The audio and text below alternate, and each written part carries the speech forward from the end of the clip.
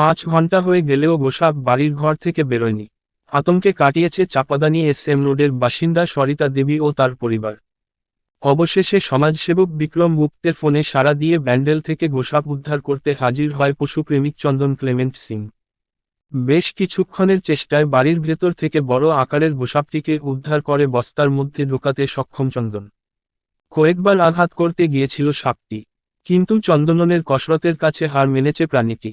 এই দৃশ্য দেখতে প্রচুর মানুষ ভিড় করে। সরিতা চন্দনকে ধন্যবাদ দিতে ভুলল না।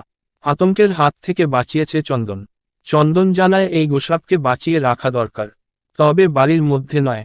চন্দন বলে পরিবেশের পক্ষে এই প্রাণীটি অত্যন্ত জরুরি। কামড়ালে ভয়ের কোনো কারণ নেই, চিকিৎসা করলে সুস্থ হয়ে যাবে। এই প্রাণীটিকে স্বাভাবিক পরিবেশে ছেড়ে দেওয়া হবে বলে দাবি করল পশুপ্রেমী চন্দন ক্লেমেন্ট সিং। साढ़े तीन बजे से यहाँ आया। घर में घुसा हुआ है। 3:30 बजे हम स्कूल से आए हैं, तब अब जब से खोले हैं गेट, उसी जब हमको बाहर में सब बोला कि आपका घर में कुछ ढुका हुआ है। तो हम घर में ढुके तो मेरा 3 ठो रूम है, तो एक तो जिसमें हम रहते हैं वो रूम में जाके पलंग के नीचे ढुक गया था। तो वहाँ से हम जैसे तैसे करके मैंने पलंग में चढ़ के उसको डंडा से निकाले, तो निकाल के बीच वाला रूम में आया। बीच वाला रूम में आने के बाद फिर यहाँ से खड़ी ओसारा में बीच वाला घर में करा। यहाँ धुआं हुआ देखा है कि धुआं के गंध से भी निकल जाए, धुआं उना जला के उसको जलाए तो उससे भी नहीं निकला हो। फिर पटरा वटरा लगाए। एक तो रूम में मेरा दरवाजा नहीं है, उसमें पटरा लगाए कि पटरा के वजह से नहीं पटरा पटरा मैंने डर लगा तो लसन, डर लगा तो लसन, डर लग रहा था। ये जो आदमी निकला, क्या बोलिएगा इसको? बहादुर है, और क्या बोलेंगे और क्या बोल सकते हैं। आपका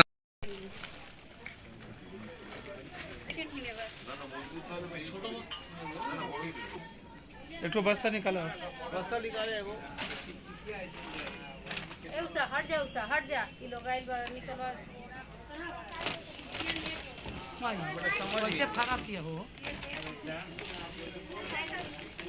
बोरिए चाउर वाला बस्ता देगा। अरे बरकत छोटा छोटे बेटे, थोड़ा रस्सी भी दीजिए, थोड़ा रस्सी भी। ये बड़ा नहीं है, बड़ा वाला बस्ता के पास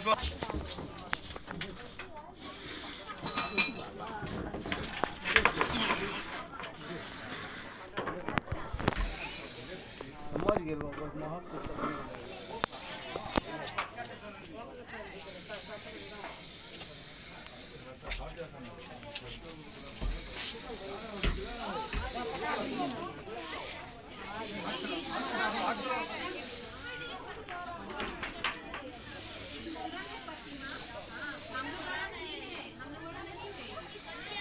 ये डेंजर लगी।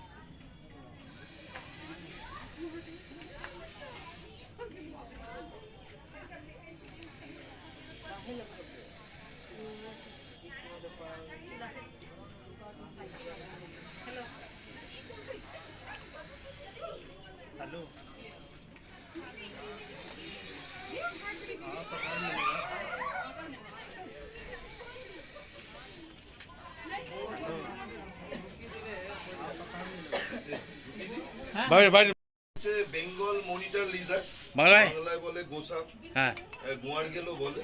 এবং এটা হচ্ছে পরিবেশে একটা অত্যন্ত প্রয়োজনীয় প্রাণী, কারণ এরা মরা পচা গলা এই সমস্ত খাবারগুলো খায় হুম এবং এরা খেয়ে পরিবেশকে নিয়ন্ত্রণ করে।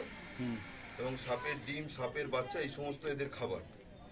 এবং পরিবেশে এই প্রাণীটা বাঁচিয়ে রাখা অত্যন্ত জরুরি, নাহলে পরিবেশে এই যে ভারসাম্য রক্ষা পাবে না। কি আতঙ্ক আছে আতঙ্ক হুম আতঙ্ক হুম আছে না, এটা কামড়ালে স্যালাইভা ইনফেকশন হতে পারে, কিন্তু ভেনোমাস না, বলে কামড়ালে মৃত্যুর কোনো সম্ভাবনা নেই। ট্রিটমেন্ট করলে সুস্থ হয়ে যাবে। কত বয়স হবে এটার বয়স পরিণত বয়স বছর 7 হবে বয়স। কি করবে নিয়ে এটা আবার স্বাভাবিক পরিবেশে ছেড়ে দেবো।